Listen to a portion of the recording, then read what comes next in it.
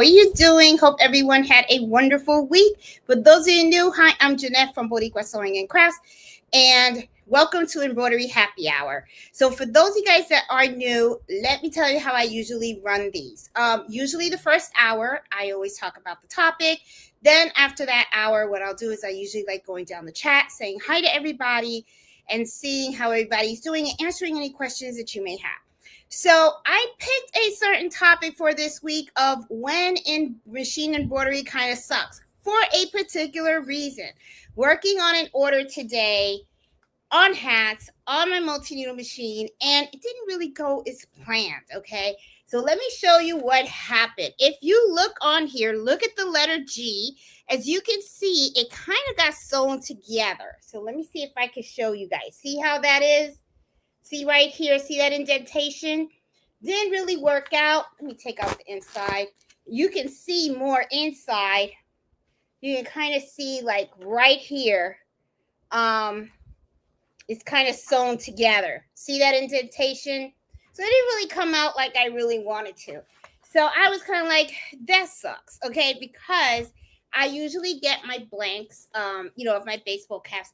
They're pretty inexpensive because I do get them by bulk and I get them wholesale and stuff. But the thing is, every time you make a mistake on a hat, you kind of lose some money, right? Because you purchased the hat, right? So when I did this, I was kind of like, that pretty sucks. Okay, so this was for a coworker of mine, and she wanted a hat with a she's Filipino, and she wanted a hat, and I think the last letter was supposed to be an I, but I had walked away from the machine, okay, which I shouldn't have did. And when I did that, I noticed that the G was all crunched up. So I was like, okay, obviously I'm going to stop the machine and not continue on with the I, because it really didn't work that well. Okay, so because sometimes you end up with a bunch of mistakes in embroidery, and sometimes you end up with certain situations where it's kind of like, bleh, this sucks. I decided, you know what? I had a hard time with this hat. Okay, so I had to actually change brands. So I chose another hat. It's stitched out fine. But, I decided, let's talk about a little bit about some of the mistakes that happens and some of the boops and uh-ohs and all those moments, right? Because I'm sure all you guys out there have had your moments, and sometimes it's not pretty. It can get a little bit depressing and stuff like that. But the thing is, I just want you guys all to know you're not alone, okay?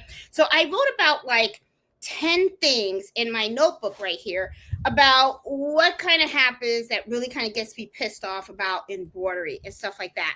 And I think some of you guys may end up understanding where I'm coming from and kind of feel it and stuff. So let's see how you guys feel. And if you guys have any kind of like oops or whatever that you guys experience when you're doing machine embroidery, put it in the chat, because I want to hear about it, and let's share, okay? Because like I said, this whole community is all established just so that we can support one another, okay? Also, before I start, though, I do want to make an announcement. We will be having the Christmas in July gift exchange.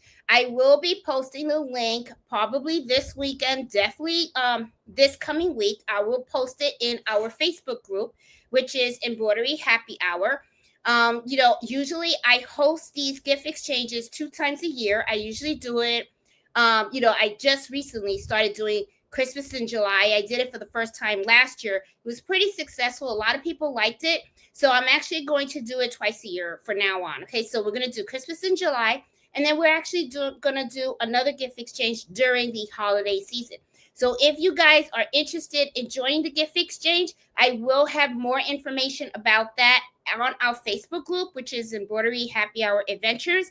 So be sure to check out the Facebook group so that you can have the link, and also you can register for the gift exchange and find out more information about it, okay? But next week in the Embroidery Happy Hour, I will have the definite dates of when you should be registering, when is the last day to register, and when those gifts have to go out in the mail, okay? So more to come on that. So let's get to it for today's topic, for this week's topic, okay? About machine embroidery and when it really sucks and so on, okay? The first thing I had which is kind of annoying, is sometimes mistakes. We all gonna make them. Sometimes what happens is we get easily distracted. I've done it. There have been times when I have forgotten to put the stabilizer. Okay, I actually hoop the item, embroider the whole thing, and then it comes out, looks great. And then when I unhoop it, I have no stabilizer in there. And of course, I'm not going to give that to the customer because trust me, there's a reason for the stabilizer. You need that stabilizer in there. So what ends up happening is it becomes something for myself, or I give it to Nancy. Let me stop. No, I don't. I don't give it to my sister. Because then I can see everybody running over there. You better check that gift. You got it from Jeanette, So usually, it's just a big and to me, that is like kind of like the worst mistake you can make, because that means you had that sucker embroidering all the time for however long it needed to be embroidered, and then all of a sudden you take it out of the hoop and then you find out you didn't put the stabilizer on it. Another common mistake that I make is I forget to change the color thread, or I went to the machine, I actually changed the color, but I forgot to pull the thread all the way through so that I can actually, I didn't complete the whole color change on the machine. What I did was I just put the new spool in, tied it up, and then forgot to actually thread the whole entire machine with the new color. That's another big one that I've made. The other one is, and thankfully I only made this once, and then I learned my lesson. I was like, never do it again, is I did not trace my design. Okay. Always, always, always, guys, trace your design, because you don't want the needle to hit the side of the hoop, especially if you're using a third party product. Kind of like what I use the Mighty Hoops. Okay. A lot of times you sometimes will make adjustments to the size of the design. And then what happens is if you hit embroider and you don't do the test the size, right? You don't trace to make sure that it's actually going to embroider inside the hoop and not too close to the edge. Okay. You don't want that needle to hit that hoop. Okay. Because it can really damage the machine. I was very, very lucky that it didn't do anything to it. I was able to stop it in time. But I will tell you, I had that scary moment in there, because repairs on these machines can really be a big cost to you. Okay. So you don't want to do that. Okay. So mistakes are going to happen. You're sometimes going to use the wrong stabilizer. You're sometimes going to use the wrong thread. You're sometimes going to forget to stabilize. You're sometimes, you're just going to make mistakes. It just happens, and it sucks. It really does, especially when you just embroidered the whole entire thing and you've been embroidering for about 45 minutes or half hour, and then you find out that you used the wrong color or you just didn't do it right. Okay.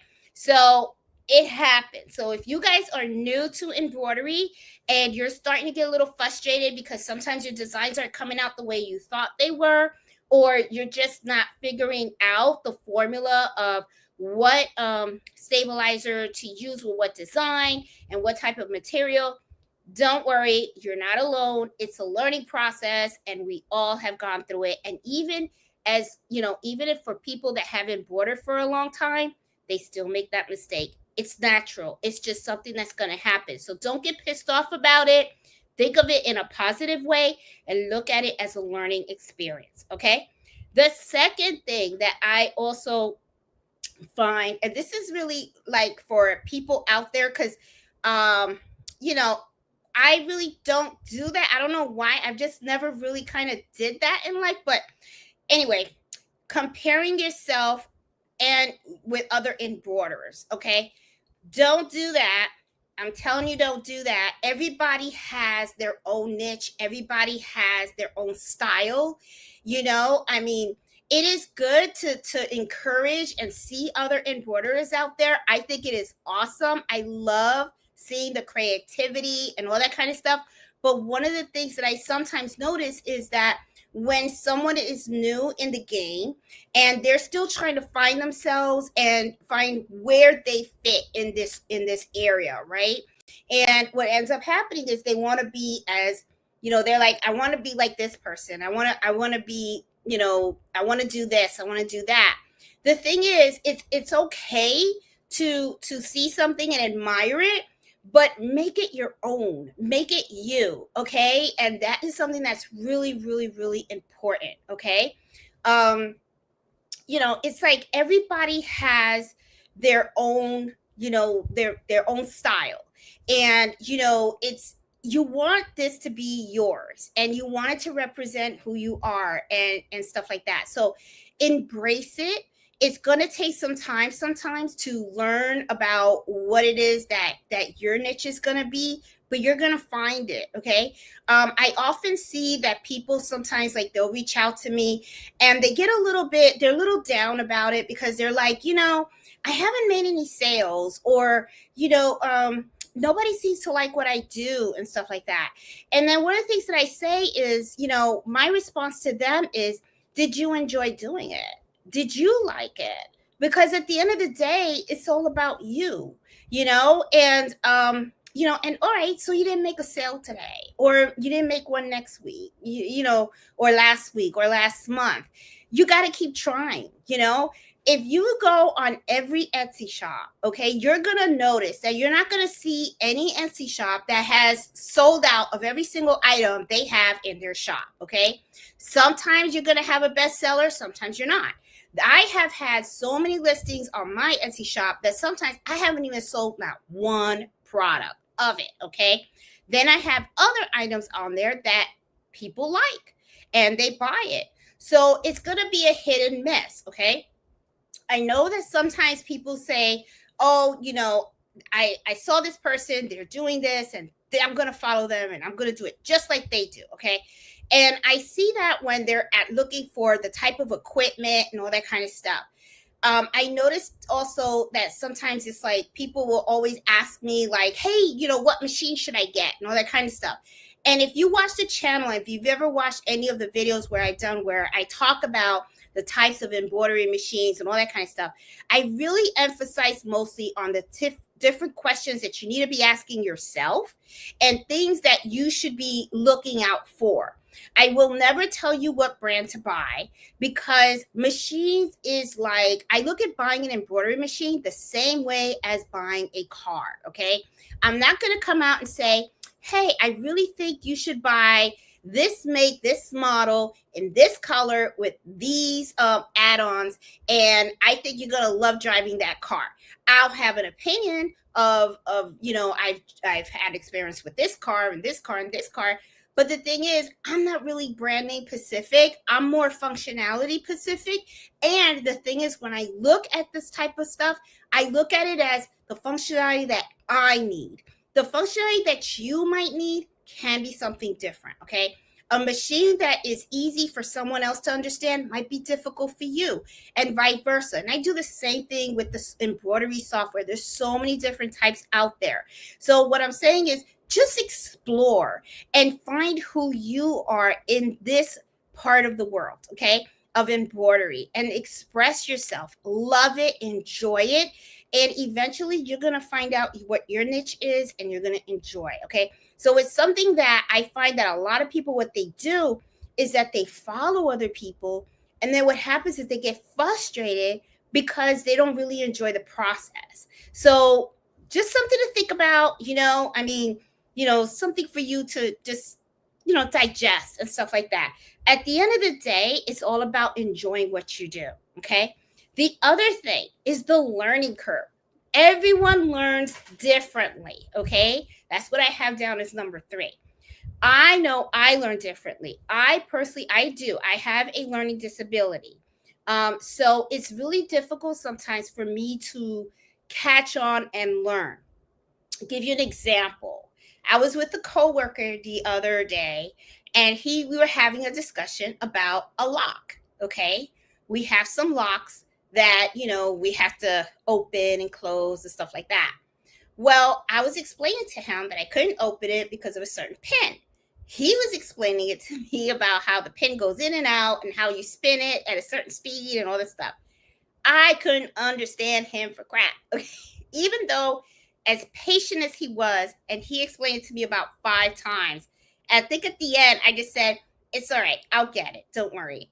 And I know I could tell that he was a little frustrated, but I had to explain to him, I'm not processing the information as you're saying it. I don't know if it was his voice because he was, and don't get me wrong, he wasn't yelling or anything. He was a very nice person.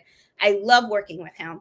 I don't know if it was just, the sound of his voice and stuff, but for some reason the information just wasn't really registering with me. So knowing that I know this about myself, I have to be very careful about certain equipments that I use. And I also have to be careful about software and all that kind of stuff because I want to make sure that I understand it. And I may have a different learning curve than someone else. Someone could go ahead and buy an embroidery software and be able to digitize and work on something really quickly and understand how to work in that platform. When it comes to me, I probably will see that platform and it looks all jumbly for me. And it's probably hard for me to understand on how to work it and maneuver. So you're going to have a different learning curve from everyone else, which is why I go back to the machinery. A machine might be easy for someone, but it may not be easy for you. So everyone's learning curve is different. All right. So don't knock yourself if you find that someone just is learning it really fast and stuff like that, and it's taking you a little while. To me, I look at it as thank God for YouTube, because if I don't understand something, I can watch a video 20, 50, 100 times for me to be able to digest what it is that I need to learn. And sometimes it doesn't click right away. Okay. Sometimes I have to learn not just by listening, by watching, but actually doing the projects myself and making the mistakes. And then I go, okay, now I understand what they meant by ABC and whatever. And then I just go from there. So, everyone's learning process is the same. It's not, and not everyone learns at the same pace. So that is one thing that sometimes people can really get frustrated about. So just something to think about as well. Okay. The other thing, number 4, budget issues. All right. There are so many tools out there to help you with machine embroidery. It's not just the machine itself. We're talking about the hoops. We're talking about stabilizers. There's just so much. Okay. Everyone's budget is different. So sometimes you will see that someone's got something and right away what's going to happen is I notice that people will say, oh, I can't afford that or whatever. It's okay. What ends up happening is you can just do it in a different way, be creative and stuff like that.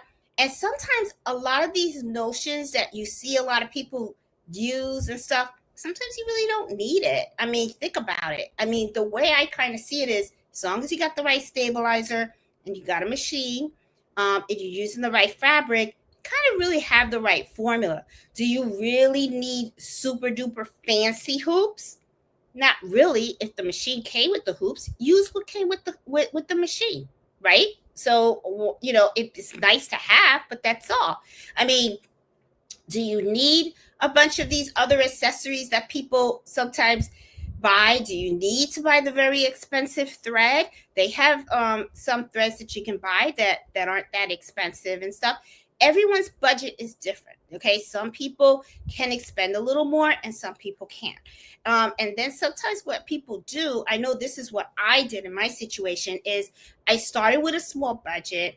I bought the machine and then I just build. As I started to make money, I just saved the money. And then when I had enough, then I started to buy the other things that I really wanted to have and stuff. So, just be careful with the budget because you don't want to go in debt over this and stuff, because you can really can spend a lot of money on this stuff because it can get pricey. All right.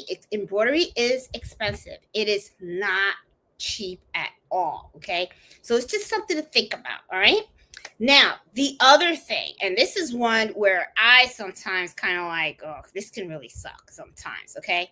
Is dealing with difficult customers. I hate that. I am usually pretty good with that, okay? Because I know when to say no, okay? I kind of learned that you have to say no. There have been times where I have like a full schedule, and I'll have a customer and they try to guilt you into taking the project, right? They'll be like, well, it's only one. But I'm thinking to myself, no, it's not only one. I still have to, there's still stuff I have to do before I press the go button, right? So you really have to be conscientious of that.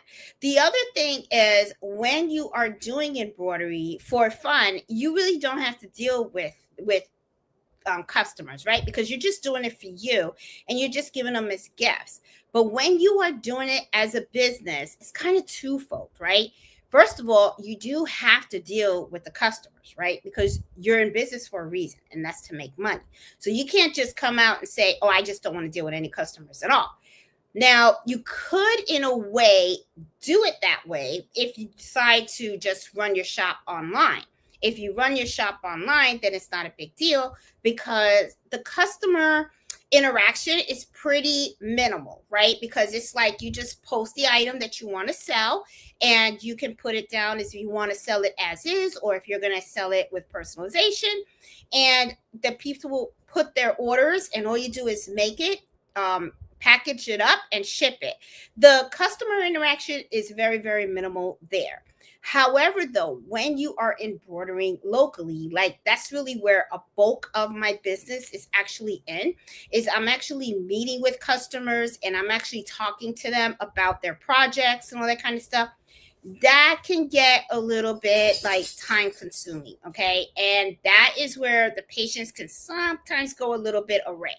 Because what ends up happening is customers come and sometimes they have an idea of what they want, and then sometimes they keep changing their mind or they can't make their color up with the thread.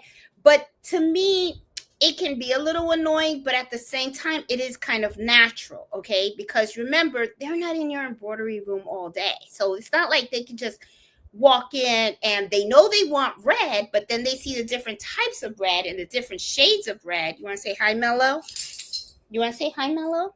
There you go. Okay, you're hiding behind me. You want to say hi? There you go. All right. What a good dog. What a good dog. He's excited and stuff. Look at that tail. So, customers can be, a little bit overwhelming at times, However, though, if you are, dealing with someone that's a little rude and stuff like that, then to me, my advice is always you just tell them right up front, this isn't going to work out. I really think it's better you find someone else to do the job for you. I don't have a problem doing that at all because I think it's like, this is my business. Okay. So I'm not going to have anybody guilt me into anything. I also don't negotiate with the prices. You guys heard me say that in the past. I don't do that as well. I know how much things should cost, and what is going to be fair, not just for me, but for the customer as well. Oh my goodness, look at him. He wants to be on here. Okay, there you go. There you go. Okay. Mr. Supervisor, I guess. Look at that. Look at his eyes. Look at me. He's side-eyeing me. You side-eyeing me? Look at that. Sometimes I feel like he's human, I tell you. Oh, he was funny today. Anyway, so, you can end up dealing with a lot of difficult customers now and then. So, just be aware. And, because the thing is, too, is you want to make sure that you kind of, you enjoy what you do, and you don't want anyone to take that enjoyment away from you. That can really, really make embroidery suck for you, because then what ends up happening is, because you're dealing with people that are really difficult, you don't want to deal with them anymore. It's like you just want to be like, I'm done.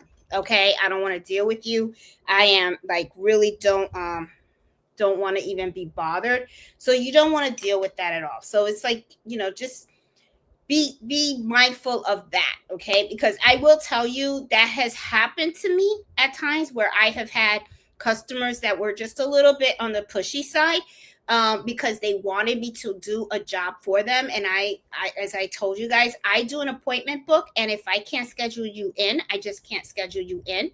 And she got a little upset, but I'm like, hey, well, what can I do? I mean, I don't want to lose sleep, I told her I just don't have the time. It's, and it's not like something that she could have left either, because she's like, she wanted it done like within like, 2 hours. And I was like, it's not gonna happen. It's just not, especially when I had already had all my machines running with a job in it. It just wasn't gonna happen and stuff.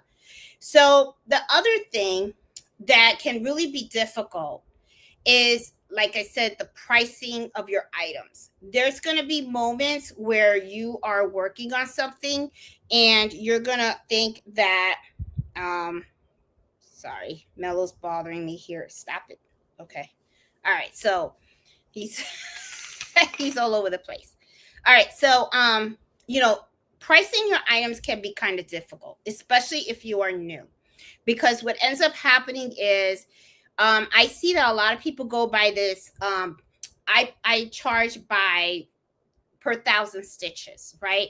That is actually a very old method that people had used in the past to price their embroidery items. It's very seldomly used now. Okay, so one of the things that I've always tell people is you really need to focus on your time.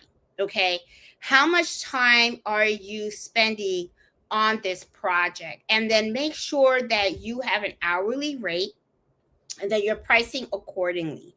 You also want to make sure that, but the thing is, when I do this, when I use that method, though, I just want to be sure that you guys understand, I'm not providing any blanks. Okay. The reason is I have the customers come and bring me the blanks. When I charge, I'm charging for a service, okay, which is the embroidery service. I don't, so if you're going to use that method, just be mindful of that. If you're going to go ahead and you're going to include blanks, then there's a different way that you should be calculating that your embroidery prices, okay, because you want to incorporate the price of that blank as well, not just your time, all right? So just be mindful of that, because if you got a $50 bag, okay, and you're only going to charge $15 because it's a small embroidery, you got to remember you're going to lose money, because you have to charge at least for the bag. At the minimum, you want to get the money back for that product, okay? But then you also want to charge for your embroidery services. So, when you're new to embroidery, the pricing can be pretty tricky. And if you go and you do a search on pricing embroidery, you're going to see there's a lot of different ways that embroiderers actually price their items, okay? Some people do it by time. Some people do still use the old way of, this is how much I'm going to charge per thousands of stitches, okay? I remember someone said something about like $1.50 for every 1,000. If that's something that you want to do, I mean, it's up to you. Whatever you feel comfortable with, and you make sure that, the money that you're making in is actually being profitable, okay? You got to be really careful, but what I really recommend that people do is make sure that you're looking at the different ways that you can price your services so that you are making a profit. Because if you're not, then guess what? Yeah, you're gonna kind of feel it. You're gonna be like, this is not worth it for me, especially if you're doing it for a business. If you're doing this for friends, families, then this that I'm telling you, you don't even care, because all you want to do is just sit in front of that machine, think of that special person that you're making this item for, and you're just going to enjoy the process. And I'm going to be honest, that is really like the best way to do embroidery, honestly. Embroidery as a business can be fun, but it can be pretty stressful as well. But, I actually, when I do embroidery, I enjoy it more when I'm actually doing it as a gift for a friend or family member, because I feel like it's special. It really is special. So it's just, something that went through my mind. All right. So the other thing that I thought about is, going down my list right here, is I have no sales. Okay, that's when people usually get down on the embroidery. It's like, I embroidered all this stuff, I put it on my Etsy shop, nobody's buying anything. I think I told you guys before, so what? Somebody's not buying it, not a big deal. Just put more products out there. Believe me, something eventually is going to click. It may not be what, what you want either. That's the other thing too. There have been lots of times when I go and I create an item and I think it is the bang, the thing of the year. I'm like, oh my god, bestseller! That's it. This is gonna be the bestseller. Put it on my Etsy shop, and crickets. Nobody likes it. The only person that liked it was Jeanette. You know, so it's like, what the heck? So I'm like, okay, so that didn't work. Oh, I didn't put lights on. Hold on, sorry guys.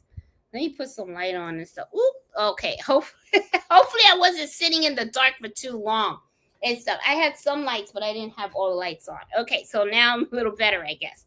All right, so yeah, so selling your items and stuff, that can really be a downer, okay? But the thing is, if you got something that sells, great. If you don't, one of the things I say is just don't give up. Just keep trying, because eventually something's going to click, okay?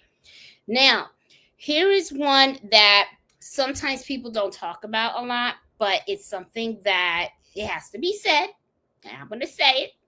There are going to be times when you have to get something digitized, and you give it to someone to digitize it, and then it comes back, and then you're stitching it out and you have poor digitizing.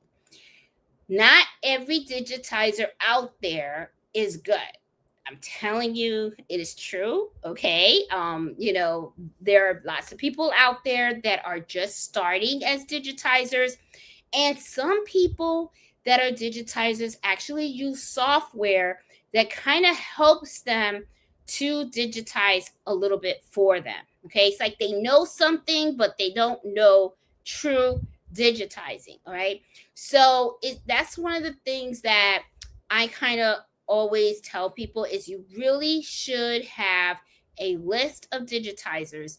And when you have that list of digitizers, jot down specifically about some of the projects that they've worked for you. I'll give you an example. I do have one digitizer that specializes in portraits. And thank goodness that I found him, because if you guys remember a couple of weeks ago, or I think it was like a couple of months ago, actually, I had a project where I had to embroider a champion dog. Now that original file that I received from the customer was actually provided by a digitizer that used some kind of digitizing software that did some of the digitizing for her, but it didn't come out really good. So when I was stitching it out, it looked really bad in the front of the head. So what I had to do was find a digitizer that knew how to really properly digitize portraits and stuff like that. And I found one, and when I stitched it out, it came out beautifully. I've also had other digitizers try to work on this same design, and they just could not get it. So sometimes you're going to have certain digitizers that are pretty good at some designs but are not very good at others. So one of the things that I do, which is a little bit costly, but to me it's really worth the extra, is that I'll usually have one design, and what I will do is I will give it to two digitizers to work on.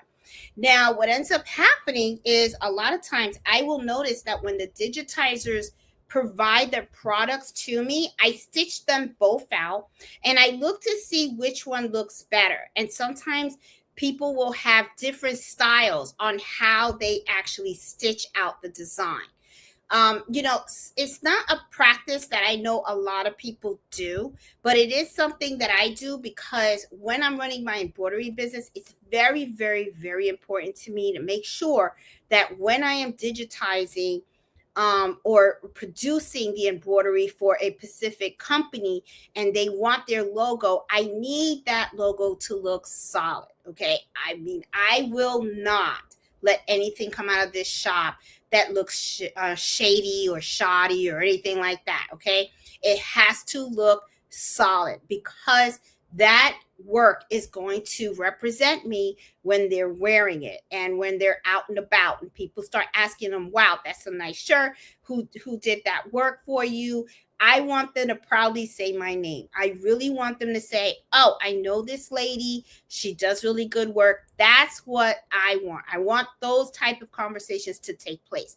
They're not going to take place if I don't go that extra mile.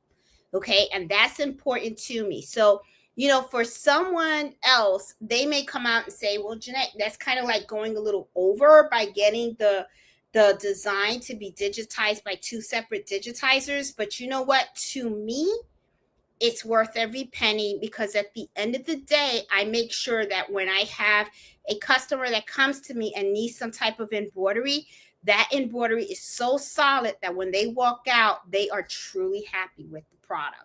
That is really, really important. Okay. So poor digitizing is something that can really piss you off, and can really bring you down, especially if you really don't have a good digitizer to work with. All right. I mean, I strongly recommend that there are a lot of digitizers out there. And the way I did it was when I saw that people were advertising their work, I will go ahead and I'll send them a sample. Okay. And usually what I'll do is I'll try to send them a pretty difficult design, and I want to see the outcome of it. So, and I prefer to pay for it because at the same time, I get to see what is their price structure. All right. Because you can have some digitizers out there that can give you these prices that are really high.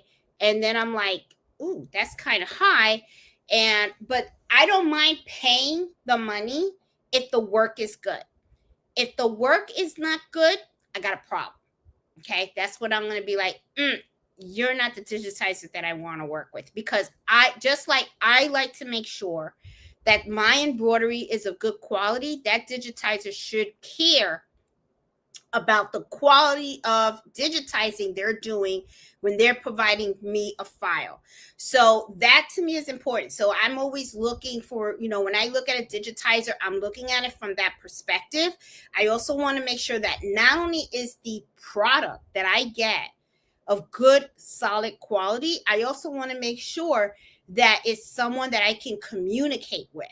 All right. If we have this relationship where you send me the bill, I pay for it, I get the file, and then that's it. The relationship's over. And then I go and I stitch it out. And then I find out, wait a minute, this isn't a good stitch out.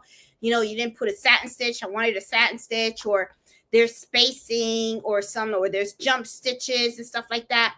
Then I just say, forget about it. It's like, and then I can't find you. You like disappeared. It's like, okay, that's not the digitizer I want to work for or work with, for the simple fact that if I have a customer order, I need somebody that can help me to make sure that we have a solid product at the end. Okay. So that is really, really super important to me. Okay.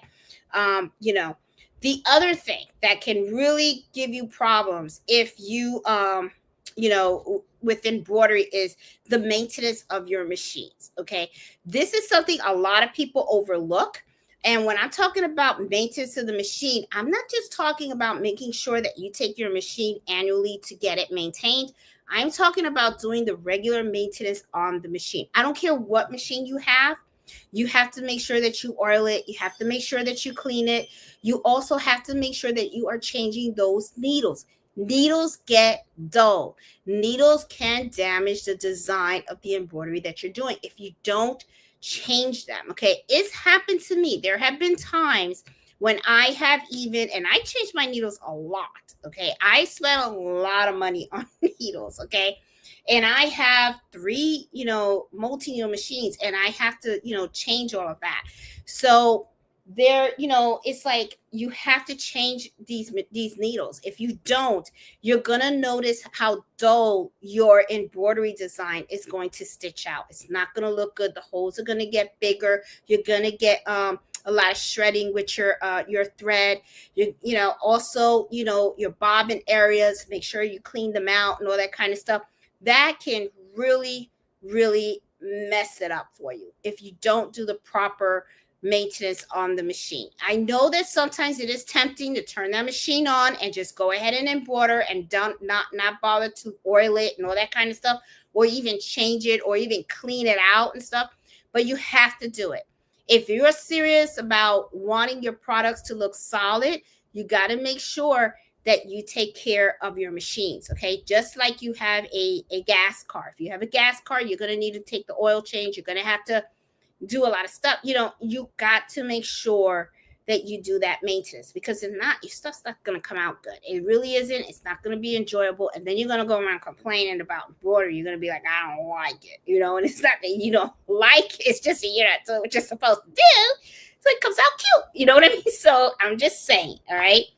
And then let me tell you about what I hate the most about embroidery, okay? Hats. As much as this is, to me, the most challenging, okay? And I really think also it depends on the type of hat. Now, I don't know if you guys know Bob, okay? He's part of our Facebook group and stuff. He is exploring hats right now, right? And he put a post of a bunch of hats that he did, and they came out really, really good. And I noticed the label of the hat that he's using, which is the Richardson hat. A lot of folks have problems embroidering those hats. Now, this is not a Richardson hat. This is an Adams hat, okay? And I kind of bought this hat because I liked the lid. I thought this was pretty cute, and it was really dark. And I was like, how hard can it be? Well, as you can see, this thing right here just kind of like messed up right here. And I was like, really, that kind of like, oh, that pissed me off. So I was just like, now I'm not going to stop trying. Okay. I know that this hat just didn't kind of like sit right when I went to the embroidery, but I will tell you, to me, I cringe when someone asks me to embroider a hat, because I know it's going to be a hit and miss situation. So what I'm planning on doing is I'm probably going to go and just buy 50 hats. Okay. And this is the thing that bothers me about the hats. Okay. This was a perfectly good hat until I got a hold of it and put it in the machine. And then now it's in the garbage. Okay. So I'm just like, oh God, it was such a cute hat, and I'm like, I would have loved to have worn it and stuff, but it's like, it's cute. It's a cute hat, and I ruined it, So I'm just like, oh man, that sucks. So I do feel bad throwing them away. I really do. And then, and I've even thought about, should I pick it and then try to re-embroider it and stuff? I thought about that, but then I was like, you know what? No, Jeanette, it's just ruined, because I just, if I pick it, I still have the holes right here, and it's just not going to look good. So I was just like, man.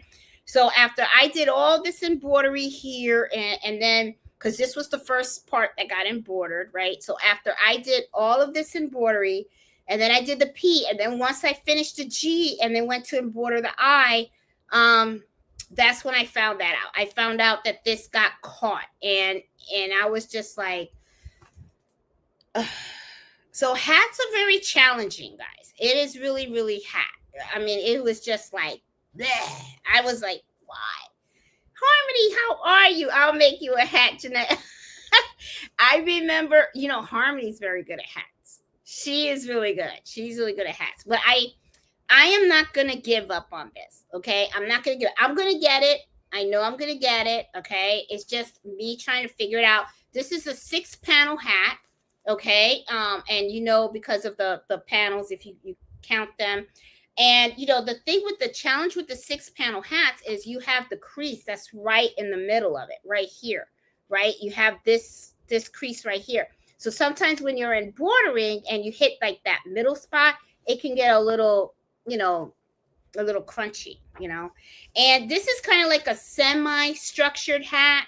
Okay. I usually like the non-structured hats, but this is like the semi-structured hat. But I'm like, so That's okay. Yeah, but yeah, my this was for my coworker because she wanted it as a gift. But I did do it, but I just did it on another type of hat that I knew that I've been bordered on before, so it came out beautiful on that one. But I kind of wanted to give it to her on this hat, but it didn't work out. So I was like, okay. So yeah, and I think it's supposed to say I. I don't know what it means or whatever. I think it's POGI, whatever. She's Filipino, so I don't know. And this is the Filipino flag. So yeah, but this is going into the garbage. Unfortunately, it's going into the garbage. It's like but that's the only thing that I hate is that I really hate that I have to throw these out because it just didn't work. I can't even donate them because who's gonna wear a funky hat when it's all like that? It's all sewn together like that. It's like somebody will look at it and go, that didn't look right. And I don't want people to know I did it. So it's like so anyway, guys, so that's really all I had, really. What time is it? Oh, okay, so it's about within an hour. Okay. All right, so let me go on here and let me see. I'm gonna go down the chat, guys, and say hi. I saw you, Harmony. How are you doing, girl? I haven't seen you in a long time. I'm glad that you are back and stuff. Missed you and stuff. I thought about you so many times, and I was like, oh, she must not be doing embroidery anymore or something. But I know you. You probably are and stuff. Doing your thing, doing your thing. All right, so I'm going up to the top. All right. Hey, Cynthia, how are you? Happy Friday to you too. I see Robin. Happy Friday. Nancy, my sister. And if you guys don't know, Nancy is now hosting a morning show Monday through Friday, and then she still does her crafted rooms on Saturdays. She's been doing really good. I have almost everybody at the job watching her at 8 o'clock. So we can't really like log on, but we can watch the show and stuff. So I'm like pretty excited for her. She's doing really good and stuff. So if you guys don't know about her channel, please, please, please subscribe. And hey, Becky, how are you doing? Hey, Rita, how are you? Hey, Bob, how are you? How you doing? I'm jealous that you were able to do those hats. I still can't. I'm having problems with mine. So I'm going to figure it out. I am going to figure it out. Hey, Eleanor, how are you? How you doing? I see Leslie in the house. I see Eartha as well. Hi, Iris. I see So Creative. Miss Fake, how are you? How you doing? Hey, Kimberly, how are you? How you doing, neighbor? Let's see. And Bob said, I've wasted so many. There you go. See, me too. I've wasted so many of those Richardson hats, and they're $8 a piece. Great learning experience, though. I know these hats really, they are not that expensive, but they're not really that cheap too. Because I think about it, it's like $8, and then when you mess up another one and another one and another one, before you know it, there's a lot of $8 hats, right? So if you bought 10 hats is like $80 right there. And then if you messed up all 10 hats, then it's kind of like you just dropped $80, but it is a learning experience. That is for sure and stuff. And I have to do everything. I have to try to slow down my machine and the needles and all that. I mean, it is a process to know about the hats. And one of the things that I really learned, Bob, about the hats is you really have to take the time to really properly hoop that hat. And if you think about it, it kind of makes sense because just like with anything else, like if you don't hoop it right, it's not going to be embroidered right. So with the hats, though, the hat hoops are pretty tricky with the multi-needle. So you really have to know how to really lay that hat in that hoop and how to properly, hoop it because and there's different styles of hats and some are structured, some are non-structured, some are kind of they're hard but not that hard. So you kind of have to really like play around with it and try to figure it out and stuff. So it can get kind of difficult as well. So it's like I think once I get the hats though, then I'll probably be like, oh, I'm gonna be a hat lady now, and I'll probably sell a whole bunch of hats, or try to. Hey, Ellen, how you doing? Hey Billy P, how are you? How you doing? I see Nana in the house. Hey Ozzy, how are you? Where are we? Ozzy, there you go. Let's see. Hey Pearl, how you doing, Pearl? Um, hey Leslie, how you doing? Um, let's see. I see SK in the house. Oh, is my mouse not acting up? Okay, and then I see okay. Let me see if I can say this. Chank Hangiko. How you doing? I know I probably jacked up your name, but I'm sorry. um it's a really beautiful day in the Bay today. It was actually raining today in Virginia, but then, it's like, oh, that's okay. Now it stopped and stuff, so it's a little bit better now and stuff. Hey, Kimberly. Oh, I said hi to you. Let me see. I hate it when you forgot the stabilizer. I know. Especially when the whole thing embroidered and then you go to and you open the hoop up and you're like, no stabilizer. That's great. Because it's not going to hold off in the wash and stuff like that. So there's just no way that you can give that to a customer and stuff. What? Jeanette didn't trace. You must go to the corner for 5 minutes. I know. I couldn't believe I did that. I was like, ooh, you know what I said? Ooh, overconfidence. Okay, can't be too overconfident. That's what happens when you get a big head and you think you know it all and nothing's gonna go wrong and all that kind of stuff. And then, boop, there it is. You messed up. Then I'm like, great. So yeah, I learned the hard way, Leslie. I sure did. Yes, happy Mother's Day to all the mothers out there. Yes, Cynthia, totally agree. Yeah, Mother's Day is coming. Um, that's funny. Like, I can imagine Jeanette in the corner. I know. I was like, but you should have really saw my face when that happened. When it hit the edge of the mighty hoop, I was like, that was my face. Like, ooh, okay. I was like, okay, that's gonna cost me some money. That's what went through my mind. I was like, well, now I know what this month's profit is going to pay for. I was like, I'm going to have Justin come here and fix that machine and then I turned it off. I turned off the machine, waited 5 minutes, turned it back on again. And then, I just did a letter.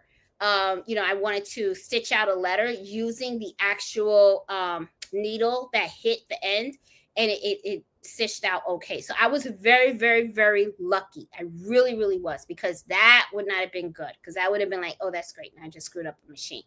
That would have been really bad. Hey, Marlene, how you doing? Just posted on the GetSexQ Facebook page a little book cover that you showed how to today. Yes, Nancy is doing like a whole bunch of stuff in her morning show. She's showing a whole bunch of different projects and stuff. And today she did like a little book cover, and it was so super cute and stuff. So yeah, and now she's got me doing little small projects. What I started doing was I started taking out my serger, okay, because I haven't been using my serger. So I decided to make these little makeup pads and stuff. So I was like, oh, you know what? Let me just do these little simple things, because I have lots of scrap fabric, okay, that is just laying around. So I'm like, I'm gonna use my serger and stuff. So I decided I'm going to make these little makeup stuff so that I can clean my face and all that stuff. And I thought this would be a really cute idea, because that way, when you use them and stuff and everything, all you have to do is just throw them in the washing machine. Throw them in the washing machine, reuse them, and all that kind of stuff. So this is a great scrap buster. I will do a video of me doing these. I did one as a circle, and I used it as with my serger, and then I did one with a square. And all it is just fabric and towel in the back. And I'm just going to do a whole bunch of different ones and stuff. And then I'm just going to put them in like a little bag, and then I can use them and stuff. And then I also thought this would make cute gifts for like a girlfriend or something like that. You can make a whole bunch of different ones, a variety of fabrics and all that kind of stuff. Use all your scrap fabrics.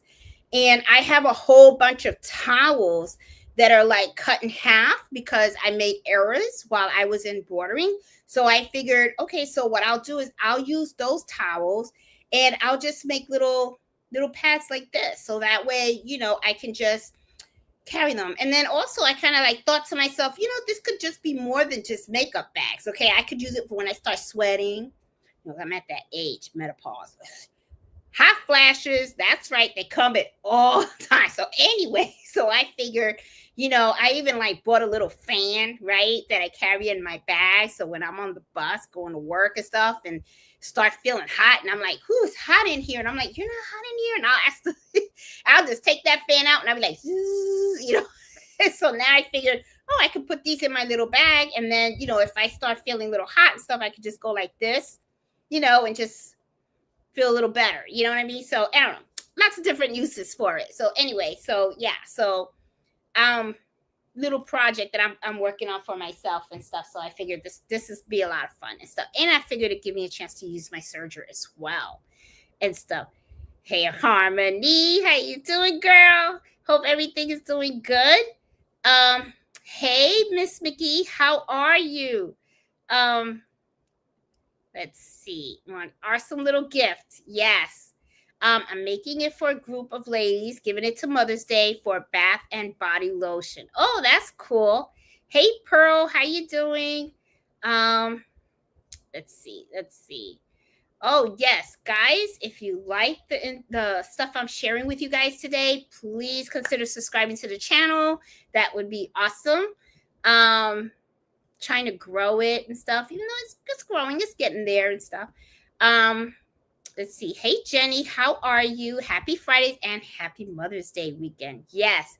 Hey, McFake, how are you? Let's see. Going down. Oh, Jeanette, love your hair. Did you cut it? Yes, I did. I did cut my hair. I actually cut it myself too, because you guys know I am retiring next week. Next week is going to be my last day working. Do you believe that? I'm like, wow, I am actually going to be retiring. So I'm planning on going to the office on Monday. And then the rest of the week, I do get to work from home. And then Friday, I go in to be debriefed and just turning on my equipment and everything. And then I'm free. So I decided that on Friday, what I'm going to actually do is I'm going to drive into work instead of taking the bus, so that as soon as I turn in my laptop, I can run the hell out of there, so that I can be like, I'm free. I am actually free. And then I know that once I get in that car and I start driving, then I'm going to be like, you're free, and now you're going to probably be broke, so that's probably what's going to go through my mind, because I'm going to be like, Jeanette, you're on a fixed income. That's what's going through my mind. So I have to tell you guys, I am a little bit nervous about this, because I started to think about it and I was like, Jeanette, you're going to be on a fixed income. That means you're getting one check for the whole month. Okay, so I really got to learn how to budget right and all that kind of stuff. So I was just like thinking about that, because before I was getting paid every 2 weeks, and okay, it was pretty comfortable and stuff. And then now I'm like going on a fixed income. So I think it's gonna probably hit me, but it has hit me. But I know I made the right choice. I am not backing down from my decision, even though I know I could pull it back if I want to. But I want this. I truly, truly want this. I have been looking forward to this. I was supposed to retire next year. I made the conscious decision because the opportunity was there for me to retire early. And I said, I'm jumping on it. I want this for myself. And so I am like, I'm scared. I am going to tell you, I am a little scared. I'm nervous about it. I'm happy. And then, just a little background too, this morning I woke up and my cooktop stopped working, right? So I'm like, oh, that's great. So it's only one burner. It's 4 burners that I have. One burner broke. So I'm kind of like, oh, great. So now I need a new cooktop, right? And then I'm thinking, all right, so I've lived in this house for 14 years and, and I'm like, all right, Jeanette, let's be real. Let's be honest. Everything has an end of life. Even material things have an end of life. So it's time for a new cooktop, right? And then I started looking for a new cooktop. They don't make the same one anymore. So I might have to go for a different brand, which means that I may need to make some adjustments to the thing. So I'm like, how could a stove turn into a kitchen renovation, right? So I'm just like looking at these appliances. They're not cheap. And I was thinking, this is great. And then what went through my mind was, wow, so when something breaks and you're on a fixed income, that's going to be scary, you know? So, I mean, I'm good with, I'm saving and all that kind of stuff and everything, but, you get nervous, right? You just get nervous because you're just like, like, okay, this is here, it's going to be a real fixed income. So I could just see now how I'm going to be. I could see myself super nervous because I remember when I first bought my first home, okay, I was really young and first time I had a mortgage. And I remember I didn't even want to turn on the light at home because I was afraid of the electric bill, right? I was like, my friends would come over and, it would start to get dark and they would turn on the light. And I would be like, no, no, no, don't do that. I got a candle, I got it from the dollar store. So I would turn on the candle from the dollar store. And I had like no furniture because I was afraid to buy furniture because I was like, I have to make my mortgage and all that kind of stuff. So I could kind of see myself with that same anxiety now going into retirement. So I could see like my friends going, hey, you want to go to a movie? And I'm like, let's watch Netflix. Let's watch Netflix, instead of going to a movie. Or do you want to go out to dinner? Oh, let's make a sandwich. How about that? Let's make a sandwich and we'll go sit in a park or something, I could just see that until I get adjusted to this new way. So I don't know. I'm excited and then I'm scared, but I know I'm doing the right thing. I'm looking forward to it. So yeah, next week is my last week. I'm not going to be working anymore. So that's like, wow. So I'm excited. And then I'm nervous and stuff. Okay. So, yep. Mother's Day weekend. Oh, love your hair. Oh, thank you. Thank you. I cut it myself because, fix income. Hey, Tammy, how are you? How you doing? Oh, how come it's not clicking? Okay. Hey, Marina, I love the tote bags that you made. Oh my God. She sent me a picture of a bunch of the tote bags that she made for her girlfriends, and they came out gorgeous. They really, really did. She did a good job. She really did. Got the embroidered bags up. There you go. They look amazing. They do. Very excited to give it to them and their family members. Oh, that's awesome. That is awesome. Let's see. Bath and Both has a great sale. Buy 3 of anything, get 3 free. You also spend $40, and when you get a bag collection in it, post it on the Facebook group. Marlene, I ain't buying nothing. I am on a fixed income. Oh my God. It's kind of funny to say it and stuff, but it's like, I know I'm going to feel it. It's going to be a little scary. And I'm probably going to call my mom going, how'd you do it? How did you do it? How were you able to retire and just be okay? Now I'm nervous. I feel like I could see myself go home and then say, I got to apply for a job for Wegmans or something, or go work at Walmart and stuff, because I'm not, it's like, it's a whole different thing. So, yeah, I'm a little nervous, guys. I really am. I'm a little nervous about this and stuff. Jeanette, you're a great teacher. Oh, thank you, Tammy. I've been following you for almost 2 years. I've learned so much from you on these Fridays. I'm a lot more confident, creative, and I truly enjoy embroidering. Oh, thank you, Tammy. I am so glad. I am really so glad that this is really like helpful for a lot of people and stuff. I love what I do. I really, really do. And one of the things also, guys, is that we have a sewing quilt shop in Manassas, Virginia, and I had talked to the owner, and we want to start an embroidery club at her store. So I really want to help her start that up, because what I want to do is I want to teach people in person on how to do in different embroidery projects. I think that would be a lot of fun, because that is one thing that I do want to do now that I'm retired, is I want to be able to give back to the community and stuff. So I feel like doing that would be pretty cool and awesome, to help spend my time to help people about embroidery and stuff, as long, and as well as this channel. I want the channel to grow some more. So now that I won't be working, I can actually do a whole bunch of different projects and show you guys what I'm working on today, how I'm working on it, so that you guys can do the same thing and learn from my mistakes and all that kind of stuff. So Tammy, thanks so much for the comment. I really appreciate it. And I'm really glad that everything that I have taught and stuff like that means a lot to you and stuff. And I'm really glad that you're enjoying your embroidery journey. That's really awesome and stuff. That's why I don't like doing too much custom work. Yeah, Harmony. Custom work can be very, very stressful. It really can.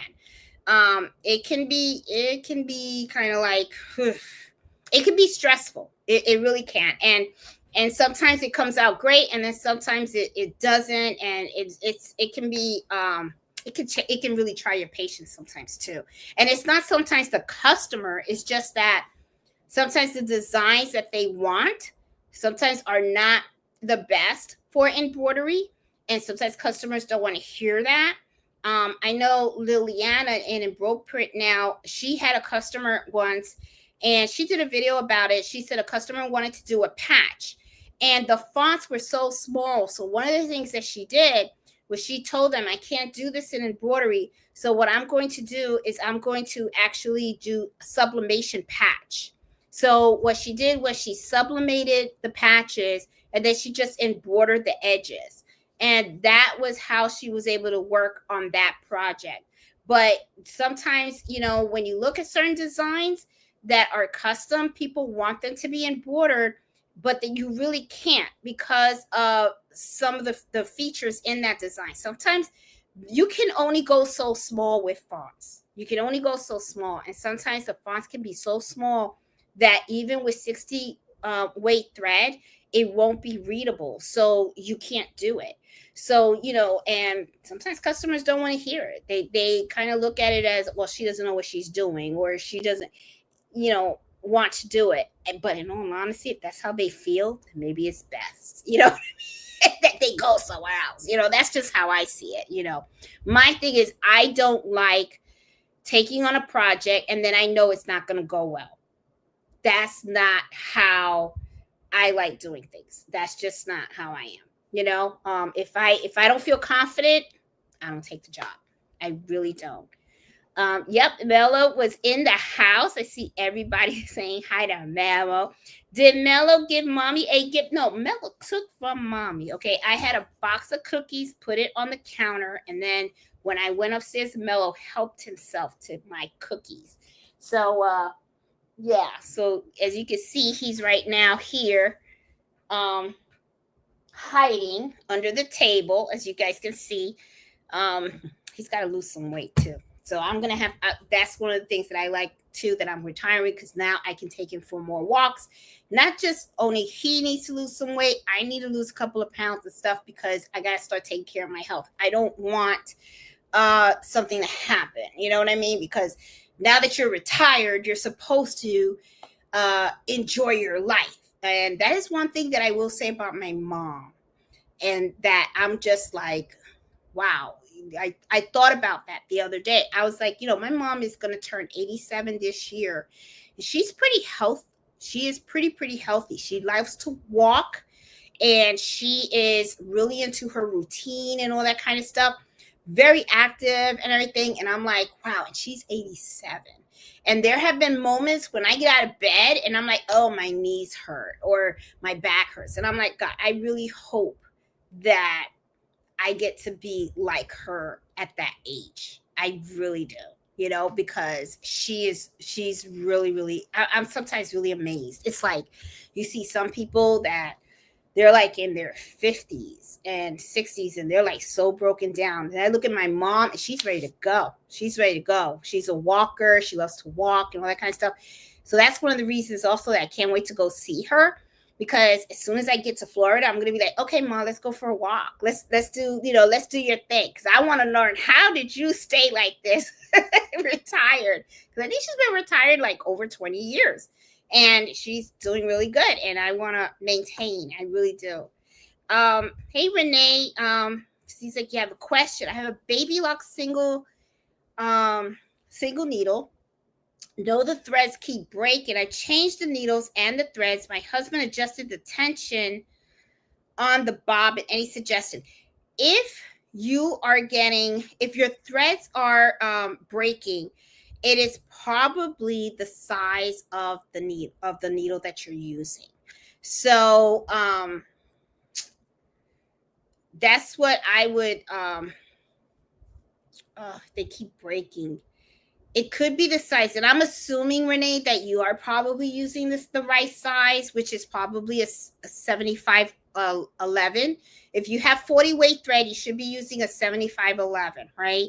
60 weight, you should be using a 65 9 size needle. So I'm assuming that you're doing that. If the thread keeps breaking, it's got to be somehow in the chain, the tension inside the machine. I'm wondering if have you taken it for servicing, because sometimes it could be that the tension is off in the machine if you haven't taken it for servicing. The bobbin, the tension on the bobbin, you adjust it if your tension is wrong, right? But that had the tensions. I don't believe the tension has anything to do with the thread breaking and stuff. So man, I wish you could send me a video or something like that. What I recommend is try to put video. And did you try to change? You did. You said I changed the needles and the threads. Any suggestion? Only thing I could think of is going to take it to get it maintained, because something is on that machine that's acting kind of funky, and it's probably needs some type of servicing, Renee. That's the only thing that I could really think of. There is one thing that I saw someone do, okay, and what they did was they threaded their machine with floss, okay, unwaxed floss, not waxed. Don't do it with the wax floss.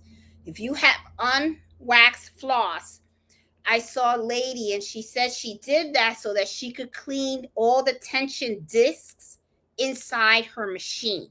Okay, she had a single needle machine too. And man, I know I have floss somewhere in here because I actually did that on my machine as well. Yeah. See, I had bought, this is the floss that I have, the Crest. So what I did, right, was I took a long piece of floss. Okay, you may want to give this a shot. And because my machine was acting up a little funky too. So I just take a long piece. Just take a whole big long piece. And then what you do is you start to thread your machine. Okay. And then when you get to the end, just pull it out. Don't jank it out. Okay. Just gently, slowly pull it out. Okay. And see, because sometimes it could be that the discs inside is probably has a little bit of lint or dirt in there. And that could be causing the some type of issues. That's the only thing that I could think of in the, and I know I've done this on my SC 1900, where I have actually taken this floss, and this is why I have it here, because I actually ran it through my machine because it was acting up. And when I called a technician, he said run a floss through it, and I was like, floss? And he goes, yes, but unwaxed. He was like, don't get waxed, get unwaxed floss, like you do for your teeth. And then he said just thread it through the machine and then just gently pull it out. And then when I did that, it did start working. For me, it did. So Renee, give that a shot and let me know on our Facebook group if that actually helped a little bit and stuff. So that's the only thing that I could think of. Yeah, because there is tension discs inside your machine that you normally don't see, because that's usually taken care of when you take your machine into for maintenance. Because I know when Justin comes here and he maintains my machines, he strips them down naked. I mean, it's like all the plastic comes off and stuff, and then he vacuums and all that stuff, and you'd be surprised to see the lint that comes out of the machines and all that kind of stuff. And it could be that. That's my guess. So give that a shot and see. How many days you have left, Jeanette? I have 5 days. 5 days, Leslie. And then I'm free. Oh man, I don't know. I don't even think I know what I'm gonna do with myself on Friday. Woo, man. Well, of course I'm gonna be hanging out with you guys at 8 o'clock because I would be like, I'm retired. But I guess next Friday I'll probably be crying too because I'll be like, oh shoot, I'm broke. I'm really on a fixed income. I better really work on that Etsy shop. I really better work on these orders so I can make some extra income. It's gonna be scary. It's gonna be exciting and scary. I ain't telling you. I'm like, ooh, I'm old to pricing. I'm still confused on what to charge. You will have to figure it out, Leslie. You really will. And Leslie, this is the thing that's really difficult, really, about the pricing and stuff. When people ask about how much should you charge for embroidery and all that kind of stuff, the problem is that there is like no one solution, right? It depends on so many factors. It depends on what your costs are, where you're located, okay? Because in some areas you can charge more than in other areas. It also depends on what it is that you're working on, how many stitches, how long it takes, what your hourly rate is. It can be really overwhelming and stuff. But the thing is, you're gonna have to try different price structures and then see what actually works for you. Um, I kind of sometimes cringe when a lot of people come out and say, "Hey, I'm embroidering this. How much should I charge?" And they just blur it out and ask, and then people will just throw out numbers. Some of the numbers you'll see are like real low, and then you'll see some people come out with some really high numbers. It's really difficult to tell because the thing is, there's just so many factors that you have to put into. So, but don't give up, Leslie. You have to just sit down and just think to yourself where you want your pricing to be. That's what you have to do. So just it's gonna come. It's gonna come. Um When you charge by an hourly rate versus stitch out, do you tell the customer what you charge per hour or how long it took you to stitch out? No, I don't tell them anything, Kimberly. I mean, because the way I look at it is, I have to, what I do is I do tell them about the process. That's for sure. I'll let them know and say, it does take this much to stitch out. But the thing is, there's more than just a stitch out time. Okay, you got to plan it.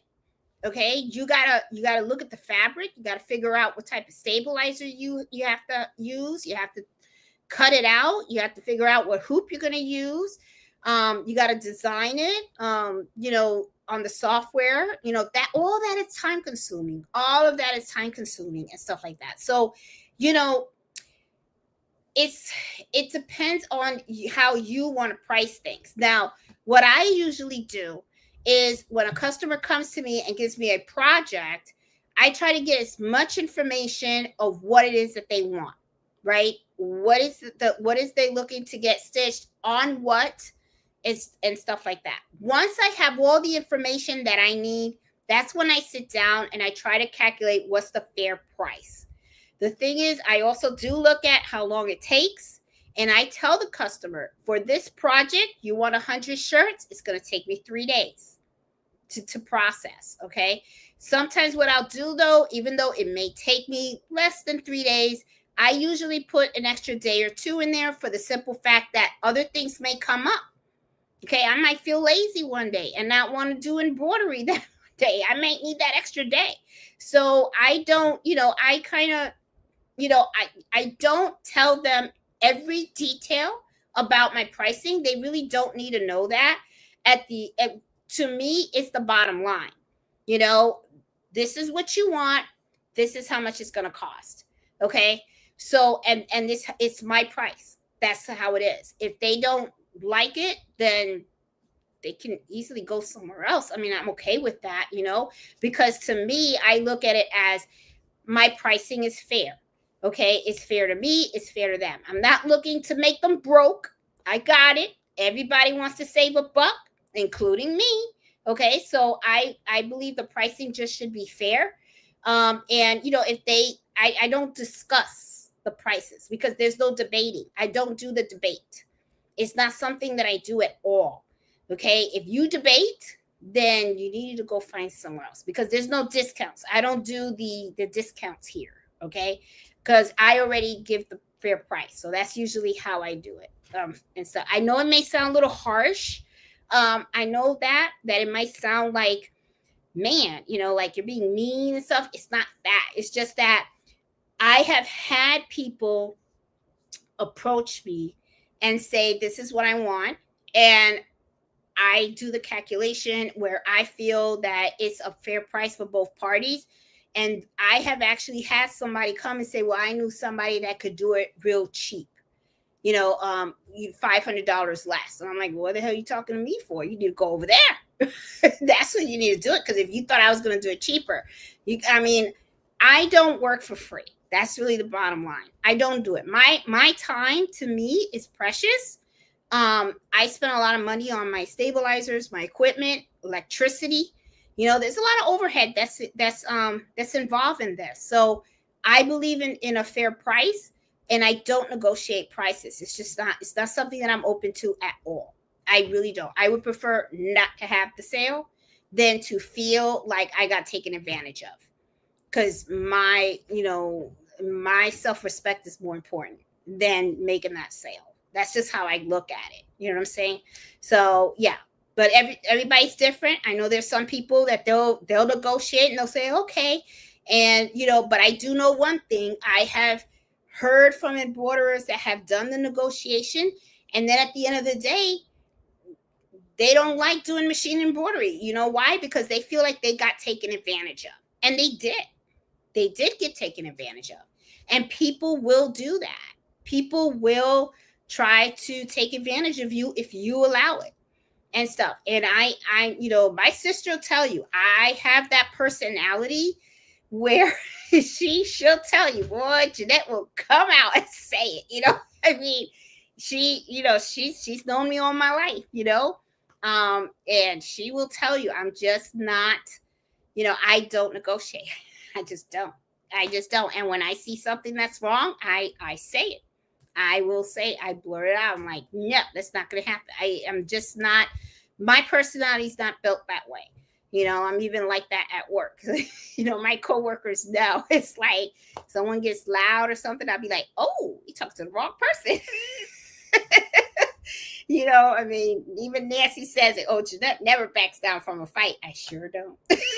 Don't. So I know it sounds a little harsh, but that's just how I feel. And I do kind of feel strongly about that because I have literally seen people take advantage of other people, especially when that person does beautiful embroidery work and the price that they were asking for was fair, but the person just, for some reason, convinced them that they should lower that price. And when they lowered it, I was like, you might as well just gave it away and gifted it. And then, I don't say anything to them because I don't want to hurt their feelings. But then they come, when I have the conversation with them, they go, I feel like I got taken advantage of. And I said, you did. You were taken advantage of. And you allowed it. So you got to toughen up. That's one of the things I say. Toughen up, buttercup. I say that all the time. It got to be tough. Hey, Tina, how you doing? Yeah, try cleaning out the bobbin case. Yeah. How many days do you get to Florida? I plan on coming real soon, Nancy. Real soon. And I'm going to get on you and Mom's nerves. I think I give you guys about 2 weeks. And then you guys are going to be like, so when are you going back to Virginia? I can see it now. And I'll be like, I can go back anytime. I'm retired. I can't wait. That's going to be fun. Oh, my God. I can't wait to go to Florida. I really can't. I want to go see my mom so bad. I always thought doing the 1,000 stitches for people to lose money, depending on how many machines you have. Yeah, and that's the other thing, too. Yes, Miss McFay. That's the other thing, too. How many machines you have is also sometimes calculated in the price as well. Okay, that's why I say you really have to figure out your own price structure because everyone is different. Okay, if you only have one machine, then versus 2 or 3 or 4. That's why sometimes you'll see these embroidery companies and they have like 100 or 50 machines and they say, oh, we'll do it for $3. Of course they can do it for $3 because they can hoop like 50 shirts at one time. And within 15 minutes, they got 50 shirts done. But they got all those machines. If you don't have all those machines, your time is money, okay? So it really depends on so many things. So when you're thinking about your prices and everything, you have to think about your equipment and all that kind of stuff too. So there's a lot that goes through that, and stuff. Marino said with thread breaking, I found out it was being pulled off the spool and making it break for me. I got a thread holder and it floats above now. No more snagging for me. That's that's also good too. It could be that maybe you should have that. Maybe a thread holder and stuff. Because I have a thread holder and it works really, really good too. And that's a very good point as well. You may also try a thread conditioner if it continues to rethread and cleaned out. Yes, I have a thread conditioner. Let me give you which one I have. Hold on, I have it in here. If I can find it in my little thing. There is something called Sew Thread. Where is it? Did I take it? Oh, there it is. This is a thread conditioner. Okay, you can try to use this Sewer's Aid. Okay, this is a thread conditioner that I use. This is really, really, really good, and it helps. Okay, so this is another thing that you may want to try. Oh, I'm glad you asked that question because it looks like everybody has all these ideas that you can try now. So to help with your machine. That's what I love about this group. Yeah, so I use this. This is a thread conditioner and this works really good. I get this right off of Amazon, and think you might be able to find it at Hobby Lobby. There's no more Joann's. Or Walmart. I'm not sure about Walmart though. But I know you can get this off of Amazon. Okay, so yeah, Sewer's Aid and stuff. I would love to learn to digitize. I know I tried and I just couldn't do it. Maybe I'm going to try again because now that I'm retired, I can put more time into it and stuff. So maybe I could actually learn it and stuff. But I don't know. We'll see. And stuff. No, we haven't had a chance to talk. We've both been swamped. Oh, okay. Oh, did 6 hats today. Well, let me tell you, boy. I was able to finish those hats. I did, but it was a different brand. But now I want to really know how to embroider on this type of hat. And that's the other thing too, because there's so many different brands of hats and different styles of hats. It can get kind of difficult to embroider and stuff like that. So you really got to learn how to do that and stuff.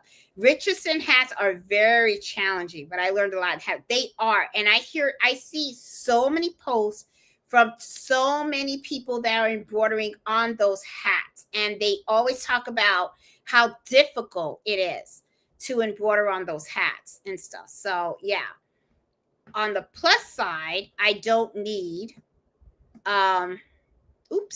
hold on. I don't need a stabilizer. I don't know if you guys can see me okay, because it looks like my thing is a little bit off. I hit something on my thing, so now I can't see. Okay, but I know you guys can see me, but thing is, my screen just went like that because I got my little mouse thing. So yeah, it's not on the regular thing. Okay. Let's see. Do you have the I did not. I did not have that. And I know you're supposed to have a design made strictly for hats, but it just didn't work that way. It was just like, I'll make you a hat, Jeanette. Oh, Harmony, you're so sweet. Embroidery is my husband getting pretty good at Richardson hats. And yes, we wasted a lot too. Everyone has difficulties with Richardson hats. They really do. Hey, Joyce, how are you? I feel that it's the best to get one brand of hat and stick to it, and then adjust your hat hoop to fit that one hat, and you'll be good.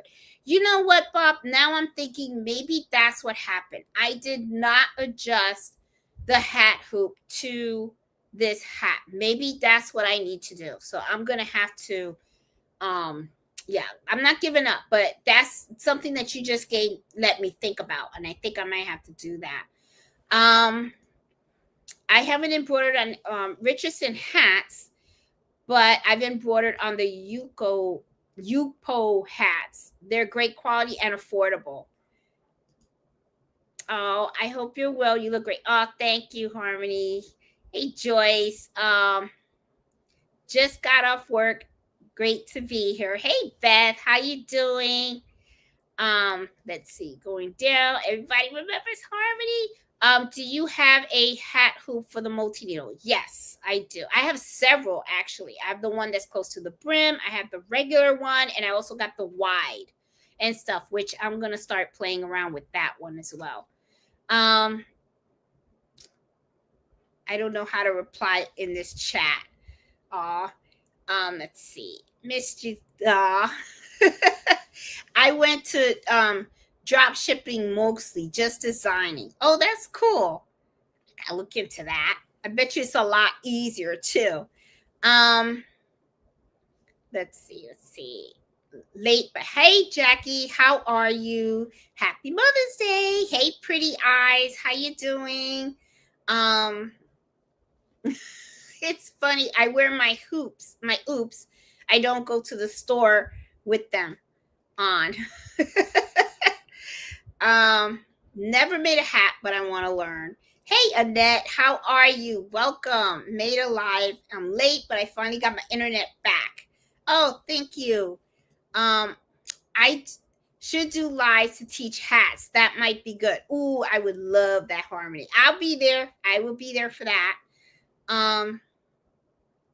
Oh, there it is. Yes, that's what she did tell me. Yes, Rita. She said Pogo translates to English as handsome or good looking. Yes, that she did tell me that. I forgot that, what she told me what it was, but that is exactly what she said. Mello can put on the oops hat. It takes me a minute to hoop it now. Just adjust the machine, get the laser lined up in the middle seam.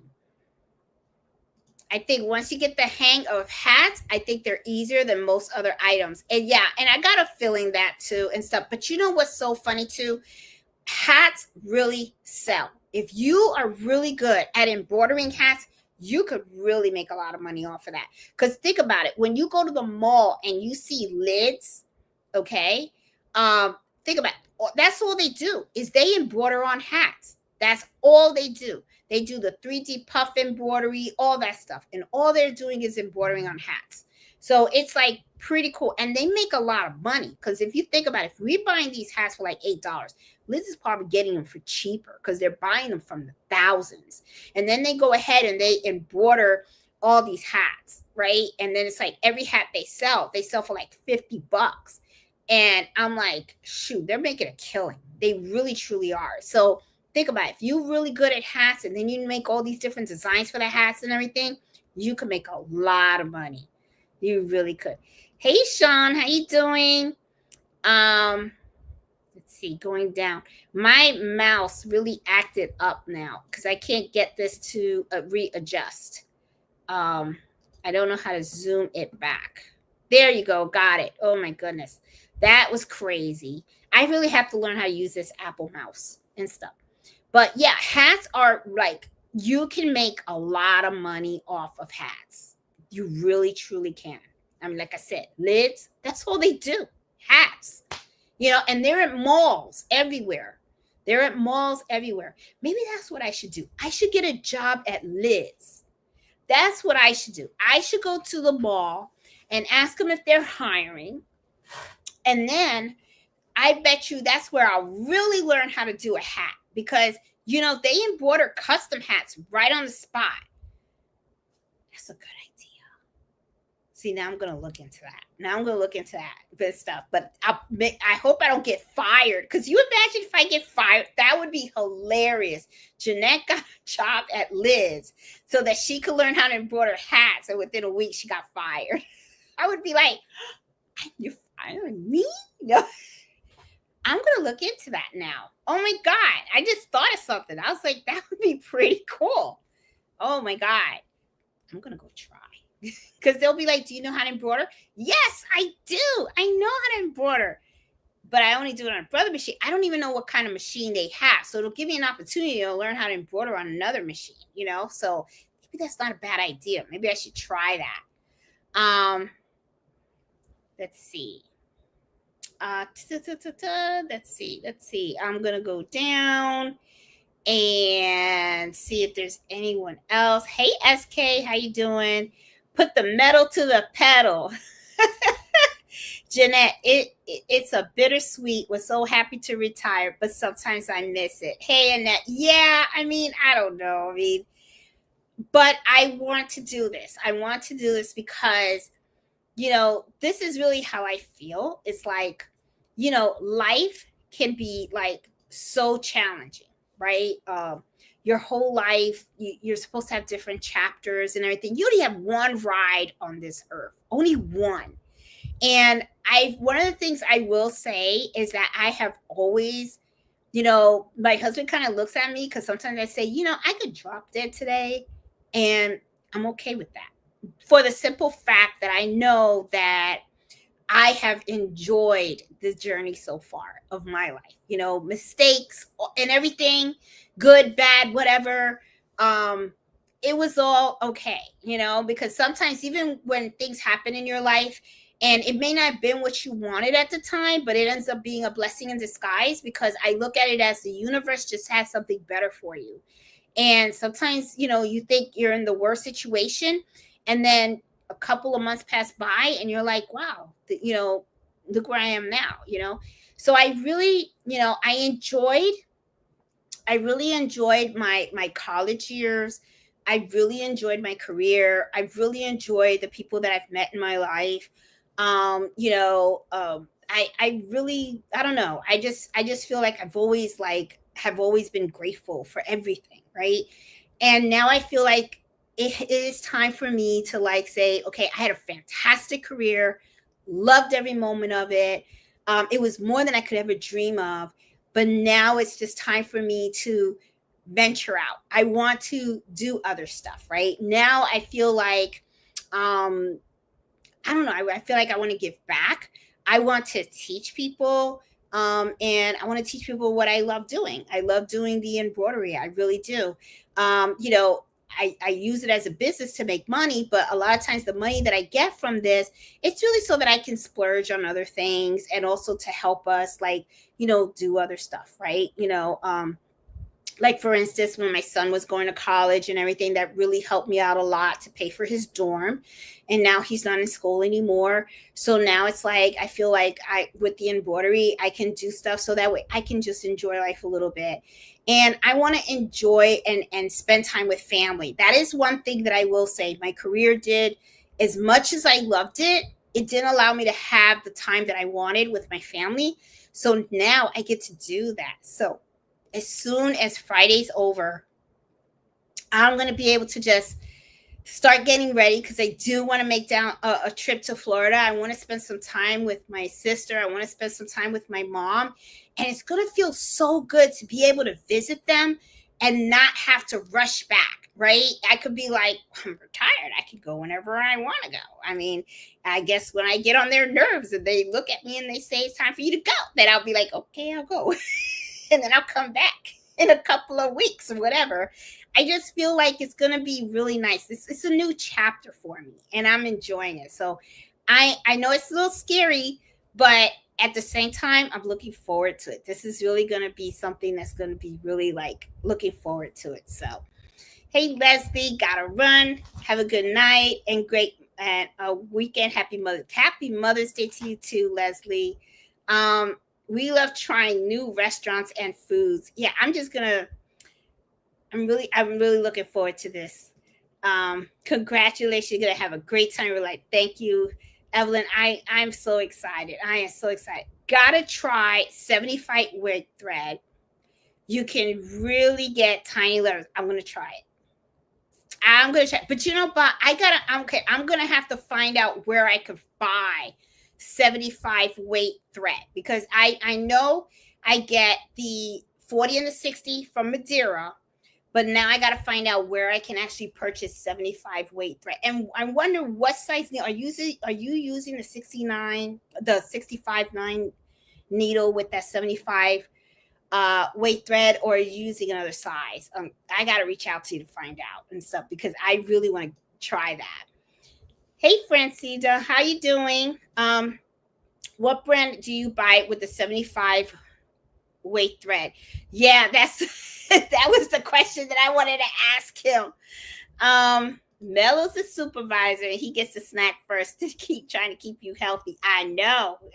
He's been really eating my stuff. And what needle size? Okay, looks like everybody's asking the same questions that I have, Bob, about your needles and stuff.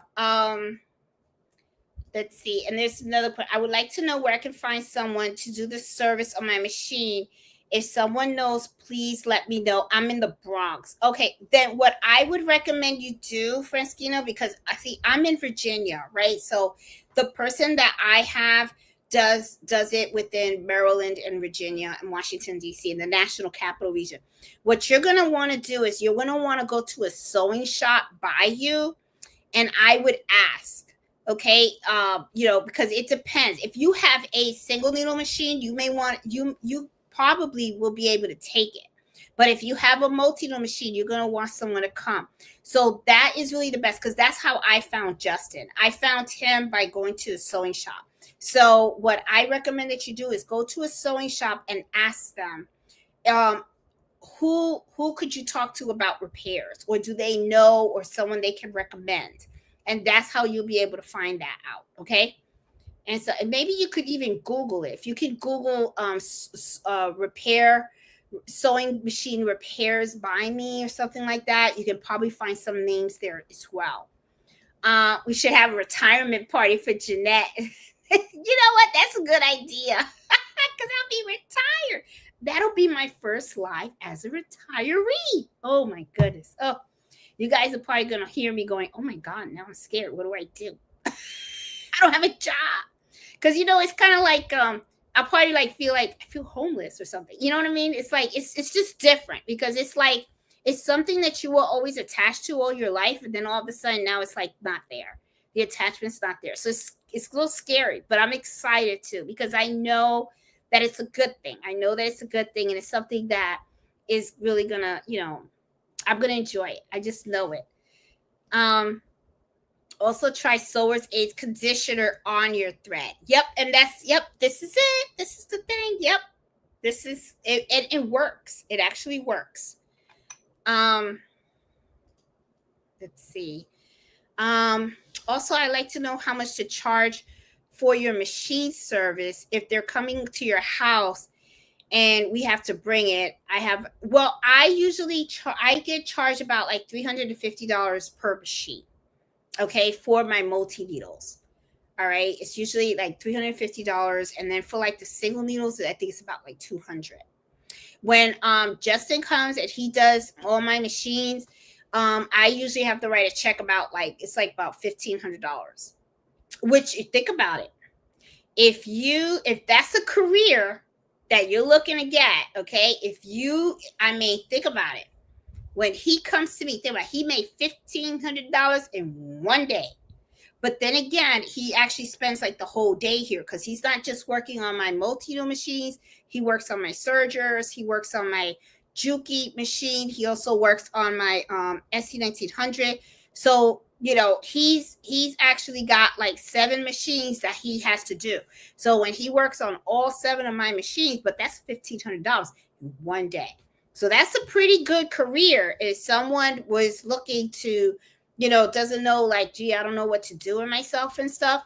I do know that there is a sewing school that someone told me about that's in Texas. And one of the things that I know that I'm going to be saving up for is I want to go to that sewing school, because the sewing school, what they do is they actually teach you how to take apart an embroidery machine and put it right back together. So I'm actually going to sign up for that because I want to learn and stuff. So that's going to be pretty exciting. So I'm looking forward to that. That is one of the things that I have on my bucket list that I want to do and stuff. Let's see. Hey, I was born in Dallas and I live in Arlington, Texas. I plan to visit this summer, part of the Dallas family in Danaville. Oh, if your bread is breaking, don't use a spool cap.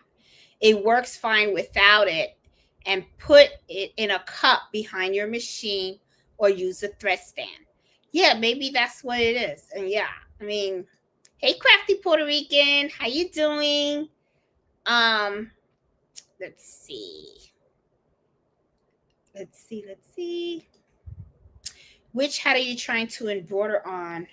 These hats are actually Adam hats, but this is a different Adam hats, sometimes the brands, they have like different styles of hats. This is a 6-panel. It's a cool crown. And which has like the cooling thing. I have a feeling, honestly, I just did not hoop this right. I think that's what happened. I really do. I think that's really what it is. I was intimidated by hats until I walked into Liz. A 16-year-old was hooping hats and said he was taught 2 weeks prior and was embroidering hats like a pro. He wasn't scared at all. I'm going to go get me a job at Liz. That's what I'm going to do now. You know what? I know there's one at the mall. I think I want to do that now. That would be like so super cool. I'm going to look into that. I'm going to look into that. And I could just like work for them for like 3-4 months. I'd be like, I'm retired and just looking for a part-time job or whatever. And I like to embroider. I would love to do hats. That would be really cool. And if he was taught, you said he was taught 2 weeks prior.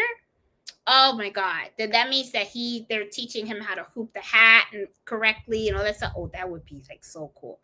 Now I'm like, oh, don't be surprised, Nancy, if I go to Florida, show up at the mall and go, I got a job at Liz. And then I'll be like, I'm going to live in Florida for a little bit. Oh, man, that would be like so cool. I'm going to look into that. I really am.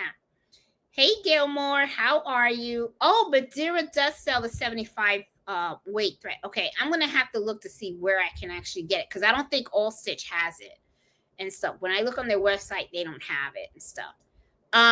I'm having my machine serviced next week. I'm at Port St. Louis, Florida. My distributor owns a store in West Palms Gardens. And if you're in that area, they do service. Yeah, you're just going to have to really look for your local thing. Oh, my local Liz was great at sharing tips. They use really thick backing on the unstructured hats, like twice the thickness of the material. They use the Taina embroidery machines. Ooh, I think I'm going to go and do that. Oh, retire for a while before getting a job at Liz. But think about it. That's like, that to me probably be a dream job. I would be like, oh my God, But yeah, I am. I'm going to relax a little bit, but I ain't going to lie. I think I'm going to go visit them probably when I'm done retiring. When I retire, I'll probably take a walk to the mall and then say hi, and just introduce myself and just ask if they think they're going to have like an opening for, I may even like tell them I'll volunteer or can I watch? Do you mind if I sit here and I can watch you embroider hats? I would love to do that, or maybe I'll just, no, I don't know if I'll buy a hat because those hats are expensive. Because I was going to say, oh, let me buy a hat and then I'll watch you embroider it. But I'll be like, if they tell me $50 a hat, I'd be like, yes, I'm on a fixed income. I got to remember, I'm on a fixed income. I can't be spending money like that and stuff. But yeah, now it's like I really am curious and I want to go over there and watch them embroider these hats. Oh my God. So I'm definitely going to go there. Um, yeah, he showed me he was working on a Tajima, and those machines are like $30,000 each. And I worked there if I wasn't working full time. Angela, those machines are those are real workhorses, and they're about like $30,000 a head of those machines. And I would love to know how to work on one of those. Oh my God, that would be like if I learned how to work it, that may probably be the next machine I want to invest in or something. Yeah, I don't know, even though I love the machines that I have now because they seem to work really fine and stuff. But yeah, I mean, it'd be like, oof, and stuff. That's a lot of money. I love when Jeanette says that. Yeah, that's a lot of money. $50 for a hat. It's like, ooh, I don't know. I would be like, can I watch? I'll have someone else spend the $50 on the hat, and then I'll just watch it get embroidered. I don't know. We'll see and stuff. Well, guys, I am going to call it tonight. Tomorrow, I'm pretty excited because me and all my coworkers, we're getting together and we are all celebrating retirement together. A bunch of us have decided to hit the plunge together. So it's like, we're all excited, right? So it's out of the whole group, we have about 3 retirements, and 2 people have decided to just have a whole career change and stuff. So we're like so super excited. We're all going to get together to enjoy the day tomorrow. And I'm pretty excited about it. So it's like tomorrow I'm going to get up early. I'm going to go and get a couple of goodies that I want to take over there and stuff and just have fun and everything. So I'm pretty excited about it. So guys, just think about it. The next embroidery happy hour, Jeanette's going to be retired. That means retired. Okay. So I am pretty excited about that. So that's going to be like so weird. The feeling and all that kind of stuff. But anyway, yeah. So this is my last embroidery hour with you guys. After working full time. Okay. Because I had to go to work today. So I went to work today, came home, and now I'm doing this. But the next week, I still have to go to work on Friday, but I won't be probably working the whole full day because, like I said, I'm just going to turn in my equipment and I'm going to run. So I am going to be like so super excited because I'm going to feel more relaxed and yeah, I'm just going to enjoy life. I'm really going to enjoy life and just have fun. And I really want to have fun with this channel. I want to be able to do more and stuff like that. So I'm pretty excited. So guys, have a great Mother's Day weekend. Enjoy your time with your family and your friends. And unfortunately, I won't be there with my mom and my sister, but that's okay. After I retire next week, I'm going to be able to get in the car and make that drive out there and spend some quality time with them. And I know we'll make it up. And yeah, I mean, I'm pretty excited. I can't wait to see them and stuff. And I want to help my sister out with a couple of projects that she got going on too. So that's going to be kind of cool. Just building those memories. That's going to be really cool. So I'm pretty excited about it. So guys, I will talk to you guys later. You guys have a great evening. And once again, thank you so much for hanging out with me Friday. And, if you really like all the content that I give you, please give me a thumbs up. If you new the channel and you like, the information that I share and you like some of the videos and stuff, please consider subscribing. I will be posting a lot more frequently now that I'm going to be fully retired. And I'm looking forward to it. So guys, I will talk to you guys soon. You guys take care. Enjoy your weekend. Have fun with your family and friends, and happy Mother's Day. So I will talk to you guys later. Bye.